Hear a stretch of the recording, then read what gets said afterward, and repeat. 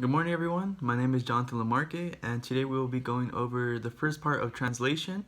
In our last video, we went over transcription, so let's get right into it.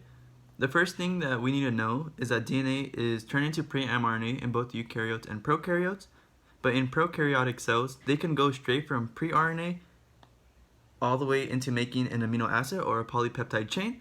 However, for a eukaryotic cell, they have to go through a process where they convert pre-mRNA into mRNA in order to have the mRNA leave the cell.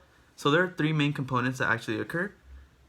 The first one is adding a 5' to the 5' end. So this is a guanine attached to 3 phosphate groups. The second one is adding a poly A tail to the 3' end. And the third one is removing the introns, and the introns stay inside the cell, which don't code for anything, and the exons leave the cell, which is our genetic code. So this is our genetic code of our mRNA chart, and this mRNA chart is able to transcribe or actually allow us to understand what amino acids will be present. So if we look at this table here, mRNA is converted into amino acid. So this chart here stands for the codons. And we know that codons are 3 nucleotide bases compacted together, and each codon stands for a separate amino acid. So for example, if we had an amino acid code of UAC, this would stand for tyrosine, right? And we know that this whole chart is standing for mRNA, and again, this is for codons. So codons are 3 nucleotide bases on the mRNA. So in order to start a polypeptide sequence, we always need the AUG polypeptide, or the codon AUG, which stands for the methionine polypeptide. So the next thing we need to know is, where does translation actually occur? So we know transcription occurs in the nucleus, but translation always occurs in a ribosome. But if we want to make a polypeptide chain that's going to stay inside the cell, where would we actually do translation? And that would be in the cytoplasm. And this cytoplasm contains ribosomes, right? So if we want the polypeptide to stay inside the cell, we're going to do it on a free ribosome. And the free ribosome is going to make the polypeptide chain inside the cell. But if you want to transform this polypeptide chain outside the cell, we're going to do it on a ribosome that's on the endoplasmic reticulum. So we know there's two parts of the ER. There's a smooth ER and rough ER. So ribosomes are actually on the rough endoplasmic reticulum. And the way I remember it, rough starts with R, and ribosomes also starts with R. So rough ER contains ribosomes. And once these polypeptide chains are sequenced, it's going to send the polypeptide chain to the Golgi apparatus. And this Golgi apparatus is going to send the polypeptide chain in the vesicle, and it's going to go and leave the cell, right? So in a process called exocytosis. So how does a ribosome actually look like? There's two parts of a ribosome that are extremely important. There's the large subunit, which is the big part at the top, and there's a small subunit, the thing at the bottom. So originally, these ribosome units are actually detached from one another. However, when the mRNA strand that we made from transcription actually goes near the small and large subunit, they actually attach to one another. So this is how it looks like. Originally, it's detached. Once the mRNA strand comes near it, it attaches together. Now, if we look at step number 2, I drew the mRNA strands in codon sets, right? So each 3 stand for a codon.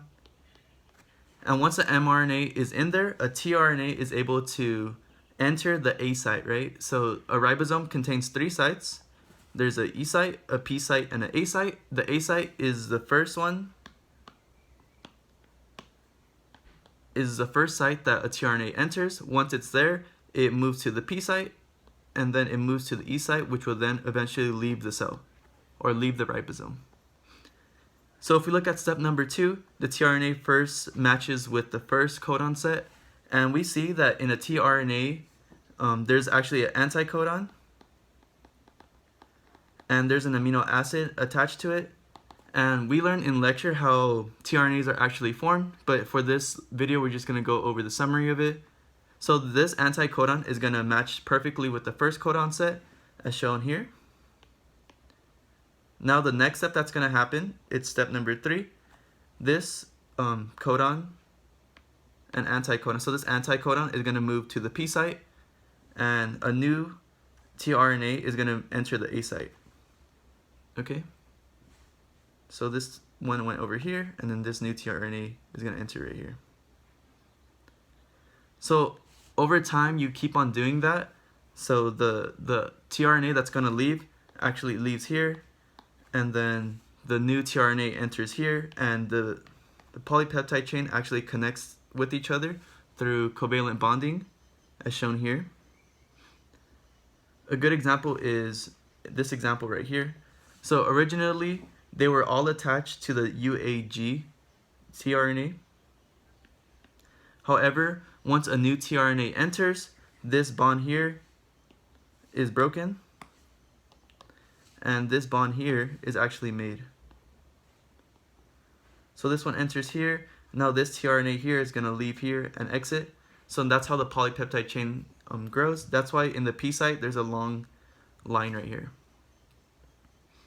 The last thing we're going to go over is the tRNA structure. The tRNA structure, even though it looks like a double helix, or it looks like it's double, it's only one strand, right? It's single stranded. If we were to look at the 5' position, this is all just one strand, and it ends at the 3' position. Okay? But however, the way it looks like this is because it's a secondary structure. And the way that occurs is when there's hydrogen bonds between nitrogenous bases, as shown here. And there's multiple nitrogenous bases here. So those are 2 different sites where nitrogenous bases actually pair up with each other. And the last thing we're going to go over is a perfect versus a wobble pair of anticodons and codons.